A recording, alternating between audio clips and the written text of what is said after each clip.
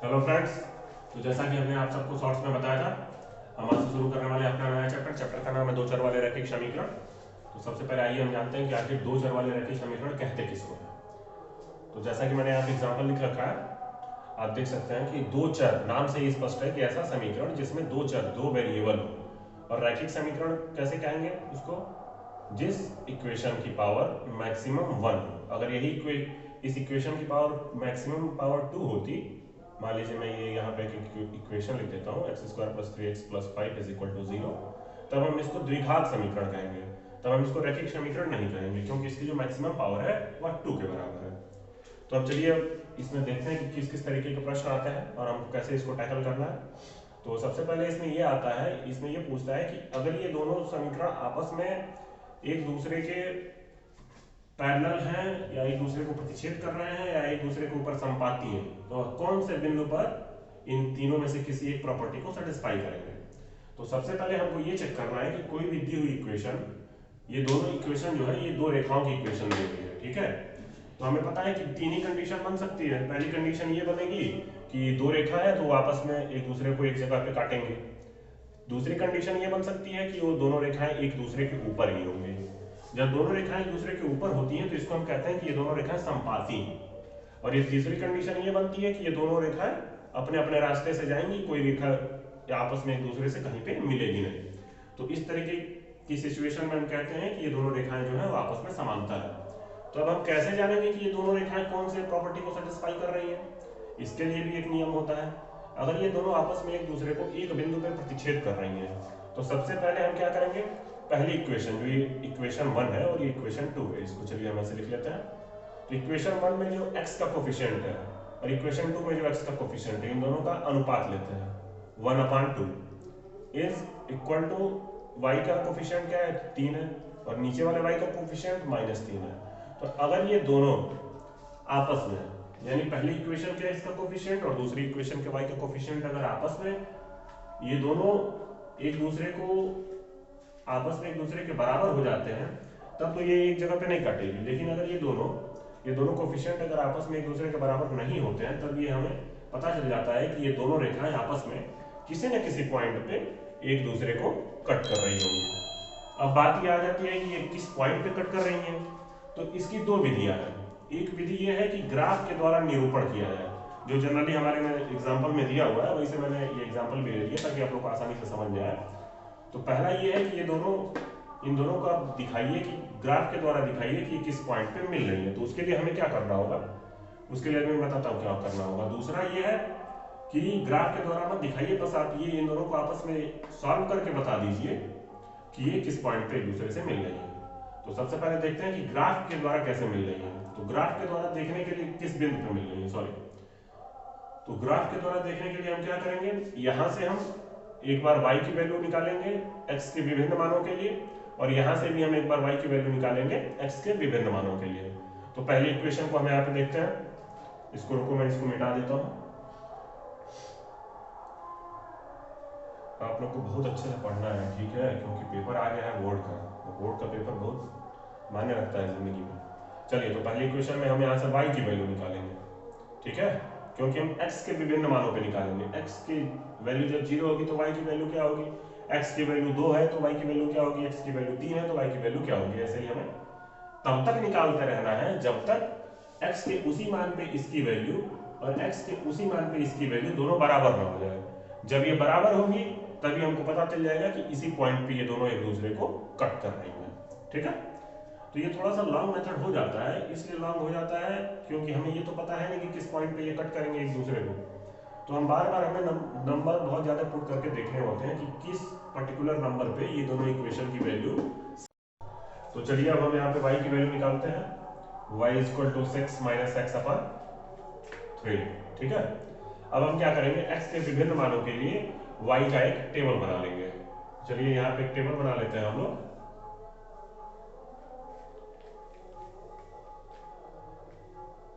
ये x हो गया और ये y हो गया, ठीक है। अब देखिए, अब x की वैल्यू सबसे पहले जीरो लेते हैं तो कितनी आएगी y की वैल्यू, x की वैल्यू अगर हम जीरो लेते हैं तो y की वैल्यू आएगी 2, ठीक है। और फिर इसी तरीके से हम x की वैल्यू अगर कितनी लेते हैं, 3 ले लेते हैं, तो y की वैल्यू कितनी आएगी, 1। अगर हम y की वैल्यू 6 लेते हैं, x की वैल्यू 6 लेते हैं, तो y की वैल्यू कितनी आएगी, 0। और एक माइनस में हम ले लेते हैं, माइनस में क्या ले लें, चलिए माइनस में हम लेते हैं -3, तो 6 माइनस -3 अपॉन 3, ये आपका कितना हो गया, ये आपका हो गया 3, ठीक है। तो ये वैल्यू ले लेते हैं -3, तो ये आपका हो गया कितना, 3 हो गया, ठीक है। अब ये एक टेबल बन गई किसके लिए, इस वाली इक्वेशन के लिए। अब ठीक ऐसे ही एक दूसरी टेबल बनाएंगे दूसरे वाले इक्वेशन के लिए, ठीक है। तो चलिए इस इक्वेशन को भी यहाँ पे हम लोग लिख लेते हैं। इस इक्वेशन में भी हमको क्या करना है, इस इक्वेशन में भी हमको y की वैल्यू x के फॉर्म में निकालनी है, तो 12 - 2x अपॉन -3, ठीक है, होगा ना ये, हाँ तो ठीक है। तो अब इसके बाद हम यहाँ पे दूसरी टेबल बना लेते हैं, x और y के लिए एक और टेबल बना लेते हैं। और इसमें मेन बात ये है कि ये थोड़ा सा लॉन्ग मेथड इसलिए पड़ जाता है क्योंकि इसमें x और y की वैल्यू कहाँ पे सेम आएगी ये हमें इजीली पता नहीं चल पाता है, ठीक है। तो जनरली ये बहुत ज़्यादा इंपॉर्टेंट तो ऐसे नहीं है, इसके बाद वाला टॉपिक बहुत ही ज़्यादा इंपॉर्टेंट है, लेकिन फिर भी क्या पता दे सकते हैं लोग। तो चलिए यहाँ पे x की वैल्यू कितनी रखेंगे, x की वैल्यू हम पहले वही ऊपर जो रखे हैं वही नीचे भी रख लेते हैं, ठीक है। x की वैल्यू हम रखते हैं एक बार 0 रखेंगे तो कितना होगा, -4, ठीक है। फिर 3 रखते हैं तो कितना होगा, 12 - 6, 6 अपॉन कितना हो जाएगा, 12 - 6 अपॉन -3, तो -2 आया, तो 3 रखेंगे तो इसकी वैल्यू आ जाएगी -2। फिर इसी तरीके से 6 रख लेते हैं, तो 6 रखेंगे तो इसकी वैल्यू कितनी आ जाएगी, इसकी वैल्यू आ जाएगी 0।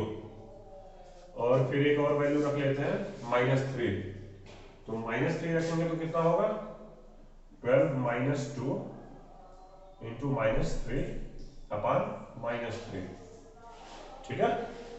तो ये वैल्यू हो जाएगी, सॉरी 18 हो जाएगी ना, हाँ वैल्यू हो जाएगी 18 अपॉन -3, तो वैल्यू आ जाएगी -6, ठीक है।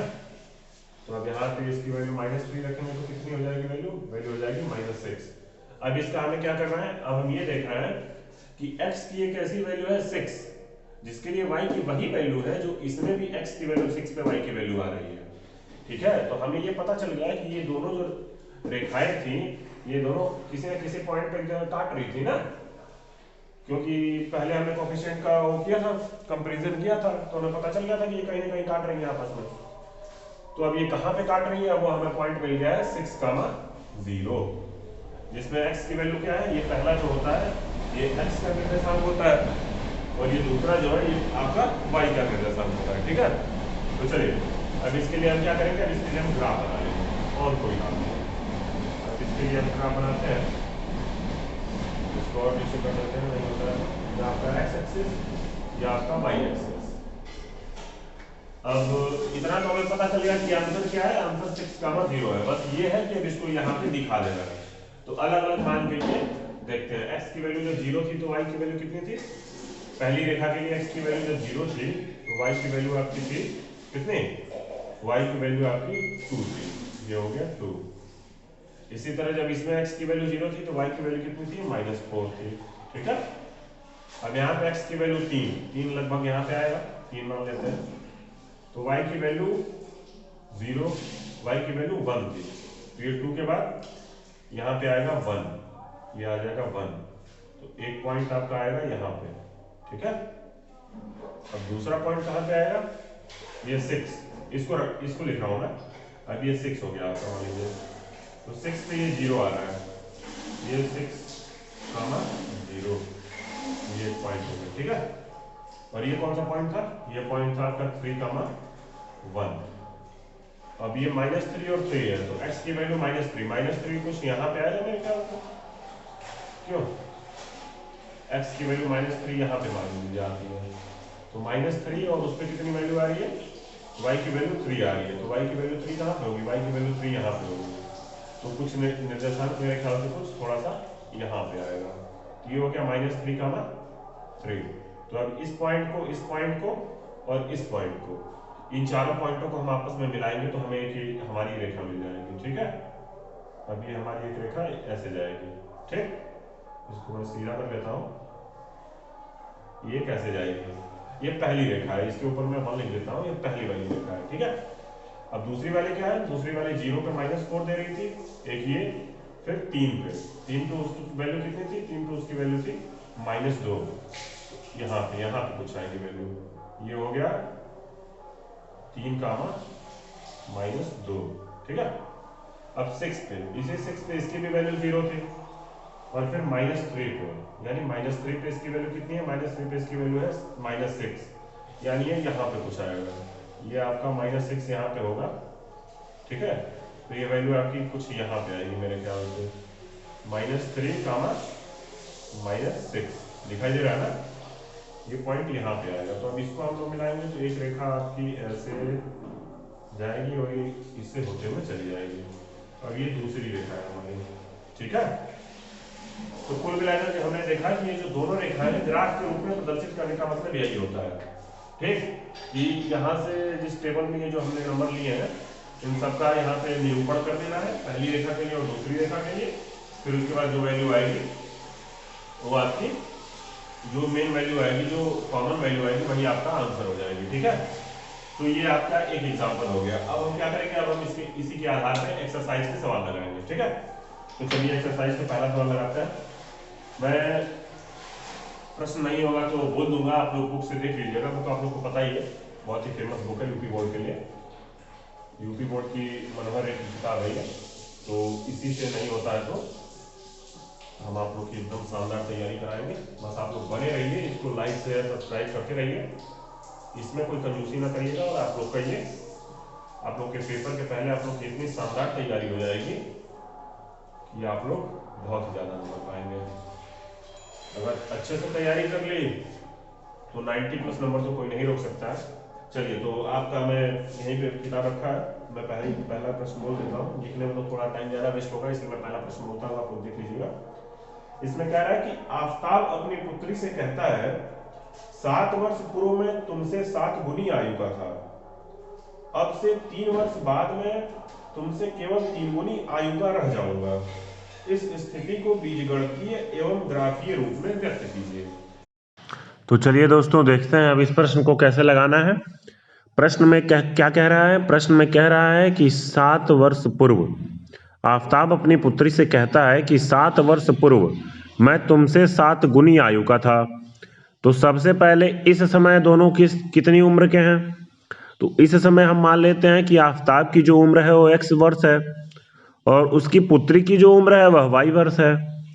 और फिर यह देखते हैं कि 7 वर्ष पहले की बात हो रही है, तो सबसे पहले पता लगाएं कि 7 वर्ष पहले आखिर दोनों की उम्र क्या थी। तो 7 वर्ष पहले मतलब मान लीजिए एग्जाम्पल एक ले लेते हैं कि इस समय आप 15 साल के हैं, तो आज के 7 साल पहले आप 8 साल के होंगे ना, तो उसी तरीके से इसमें अब मान लीजिए x-7 क्या है, x-7 जो है वह है 7 साल पहले आफताब की उम्र। अब इसी तरीके से y-7 क्या है, तो y-7 जो है वो है 7 साल पहले आफताब के पुत्री की उम्र। तो पहली शर्त के अनुसार हमारी इक्वेशन क्या बनेगी कि 7 वर्ष पूर्व जो पुत्री की उम्र है उसका जो 7 गुना है वह आफताब की 7 साल पहले की उम्र के बराबर है। तो इस तरीके से हमारी इक्वेशन हो जाएगी x-7 is equal to 7 into y-7। ठीक है, अब इसको फिर हम अगली लाइन में सॉल्व करेंगे, तो लेफ्ट हैंड साइड में देखिए x-7 इज इक्वल टू 7 का मल्टीप्लाई करेंगे अंदर, तो 7y-49, फिर 49 और 7y को दूसरे साइड लेकर के आएंगे, तो लेफ्ट हैंड साइड में लेकर के आएंगे तो हमारी इक्वेशन हो जाएगी at last x-7y plus 42 is equal to 0। ये हमारी पहली समीकरण बन गई। अब उसके बाद अगली लाइन में क्या कह रहा है, अगली लाइन में कह रहा है कि आज के 3 साल बाद मैं तुमसे 3 गुनी आयु का हो जाऊंगा। तो ठीक इसी तरीके से आज उम्र कितनी है, आज इन दोनों की उम्र है x और y, तो आज के 3 साल बाद इन दोनों की उम्र क्या होगी, तो जो आफताब है उसकी उम्र होगी x+3 और जो उसकी पुत्री है उसकी उम्र होगी y+3। तो अब आज के 3 साल बाद आफताब की जो पुत्री की उम्र है उसकी 3 गुनी उम्र आफताब की उम्र के बराबर होगी। एक बार और फिर से ध्यान से सुनिए, आज के 3 साल बाद आफताब के पुत्री की जो उम्र है उसका 3 गुना आफताब की उम्र के बराबर होगा। आफताब की उम्र के बराबर होगा ना। तो अब यहां पे हमारी इक्वेशन बन जाएगी x + 3 = 3 इंटू वाई + 3। अब फिर इसी तरीके से राइट हैंड साइड में हम 3 का मल्टीप्लाई करेंगे। तो अगली लाइन में देखिए मैंने लिखा है x + 3 = 3y + 9। और फिर नेक्स्ट लाइन में इसको सॉल्व करेंगे तो एट लास्ट जो हमारी इक्वेशन बनेगी वो बनेगी x - 3y - 6 = 0। अब देखिए, अब पहली और दूसरी इक्वेशन से क्या क्या करेंगे। पहली और दूसरी इक्वेशन से हम सबसे पहले a1 b1 c1 और a2 b2 c2 की वैल्यू निकालेंगे क्या क्या है। अब उसके बाद हमको देखना है कि ये 2 इक्वेशन हमारे पास आ गई, इन दोनों का एक सॉल्यूशन है कि मैक्सिमम सॉल्यूशन है, या ऐसा है कि एक भी सॉल्यूशन नहीं है। तो इसके लिए मैंने अभी अभी आप लोग को बताया एग्जाम्पल में कि कैसे इसको सॉल्व करना है। तो सबसे पहला जो इसका रूल है उसको हम चेक करते हैं। a1/a2 b1/b2 के अगर बराबर नहीं होगा तो यह कंफर्म हो जाएगा कि इसका मिनिमम वन सॉल्यूशन होगा बस। तो यहाँ पे देखिए, यहाँ पे यही वाली जो प्रॉपर्टी है वो फॉलो हो रही है। यहाँ पे a1/a2 जो है वह b1/b2 के बराबर नहीं हो रहा है। तो फिर अब यहां से हमको पता चल गया कि समीकरण 1 और 2 का जो है वह मिनिमम एक सॉल्यूशन होगा, मैक्सिमम एक सॉल्यूशन होगा, एक से ज्यादा इसका सॉल्यूशन नहीं होगा। ठीक है, तो अब देखिए, अब अगले लाइन पे चलते हैं। अब आगे कैसे करना है इसको देखते हैं। तो चलिए अब देखते हैं इसको आगे कैसे सॉल्व करना है। अब पहली इक्वेशन से हम लोग देखते हैं। अब हमें क्या करना है, अब हमें बस x और y की वैल्यू निकालनी पड़ेगी, क्योंकि अब हमें पता चल गया है कि ये दोनों लाइन है किसी न किसी एक नंबर पे ही कट करेंगी। तो वो नंबर हमें फाइंड करना पड़ेगा कि कहाँ पे ये कट करेंगी आपस में। तो उसके लिए हम लोग क्या करते हैं, उसके लिए हम लोग अब पहले समीकरण से y की वैल्यू जो है वो x के टर्म में निकाल लेते हैं, ताकि हम x की वैल्यू पुट करते जाएंगे और हमें y की वैल्यू मिलती जाएगी। तो अब क्या करते हैं, अब x की वैल्यू सबसे पहले हम लेते हैं 0। तो 0 जब रखेंगे तो 0 + 42/7, तो y की वैल्यू 6 आ जाएगी। फिर इसी तरीके से एक बार हम वैल्यू लेते हैं 7। इसमें डिफरेंट वैल्यू लेनी है और इतना हमें पता है कि किसी न किसी एक वैल्यू पे ये जो दोनों इक्वेशन है उन दोनों में x और y की जो वैल्यू है वो सेम आ जाएगी। तो अब इसी तरीके से 7 लेंगे, 14 लेंगे, 42 लेंगे। मैंने 7 के इंटरवल पे ले लिया है क्योंकि नीचे 7 है, तो मैंने वहाँ से थोड़ा सा प्रेडिक्ट कर लिया कि 7 के इंटरवल पे रहेगा, तो ये ईजिली आपस में कट जाएगा। फिर इसी तरीके से सेकेंड इक्वेशन से क्या करेंगे, अब इसी तरीके से दूसरी इक्वेशन में x - 3y - 6 = 0 है। तो यहाँ से y की वैल्यू x के फॉर्म में निकालेंगे, तो y = x - 6/3 हो जाएगा। तो अब यहाँ पे मैंने स्टार्टिंग में वैल्यू 6 ले ली है, क्योंकि 6 से अगर कम लेते तो माइनस में चला जाता, तो y की वैल्यू नेगेटिव आ जाती।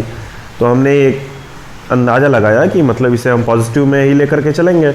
तो एक बार 6 ले लिया, फिर 12 ले लिया। अब यहाँ पे हमने 6 के मल्टीपल में लिया है, क्योंकि हमने नीचे देखा कि /3 है, तो या तो 3 के मल्टीपल में लेंगे तो वैल्यू ज़्यादा वैल्यूज लेनी पड़ेंगी। इसी तरीके से हमने यहाँ पे अंदाज़ा लगा लिया कि अब 3 के मल्टीपल में, यानी 6 हो गया, 9 के मल्टीपल में भी ले सकते हैं। तो हमने 6 के मल्टीपल में ले लिया। तो 6 के मल्टीपल में एक बार 6 लिया तो वैल्यू 0 आई, फिर एक बार 12 लिया तो वैल्यू 2 आई। 12 - 6 हो गया 6/3, तो 2 हो गया। फिर 36 लिया तो 36 - 6/3, तो ये हो गया आपका 10 हो गया ये। फिर इसी तरीके से 42 लिया तो 42 - 6/3 हो गया ये 12। तो अब यहाँ पे हमने देखा कि x और y की जो वैल्यू है वो पहले और दूसरी इक्वेशन दोनों में हमारी 42 12 पे जाकर के सेम हो जा रही है। तो अब फिर हमने क्या किया, फिर हमने इसको ग्राफ में आराम से इजीली दिखा दिया। अब पहले इक्वेशन का हमने ग्राफ बनाया, जो मैंने ये ऊपर ब्लैक मार्कर से लिखा है वो पहली लाइन का इक्वेशन है, और फिर ये जो नीचे लिखा है वो दूसरी लाइन का इक्वेशन है। तो इस तरीके से हमको ये ग्राफिंग करनी है। और उसके बाद हमको देखना है कि ये दोनों ग्राफ की लाइन एक जगह पे जहाँ पे जाकर के आपस में कट करेगी, वही हमारा एक जो सिंगल सॉल्यूशन है, वही यहाँ पे एक हमारा सिंगल सॉल्यूशन निकल के आ जाएगा। ठीक है, तो आई होप आप लोग को ये अच्छा लगा होगा। आप लोग इसको जितना ज़्यादा से ज़्यादा हो सके लाइक शेयर सब्सक्राइब करिए। इस वीडियो में थोड़ी सी दिक्कत हो गई, इसलिए इसको ऐसे बनाना पड़ रहा है। अगली वीडियो में हम अच्छे से इंट्रैक्शन के साथ आप लोग के साथ दोबारा फिर जुड़ेंगे। आप लोग जितना ज़्यादा से ज़्यादा हो सके लाइक शेयर सब्सक्राइब करिए, क्योंकि आगे अब ऐसे ही एकदम धुआंधार सीरीज आने वाली है और आपका पूरा का पूरा 1 महीने में पूरा का पूरा रिवीजन हो जाएगा। उसके बाद आप लोग को मॉडल पेपर भी सॉल्व कराया जाएगा। जितना ज़्यादा से ज़्यादा हमारी तरफ से हो पाएगा हम लोग आपके लिए करेंगे। आप लोग बस अब आराम से ध्यान से बैठ करके घर पे पढ़ाई करिए, लाइक शेयर सब्सक्राइब करिए और इसको जितना ज़्यादा से ज़्यादा हो सके अपने दोस्तों में भी फैलाइए। ठीक है, तो फिर चलिए फिर मिलते हैं अगली वीडियो में। तब तक के लिए चलिए, thank you, have a nice day, thank you.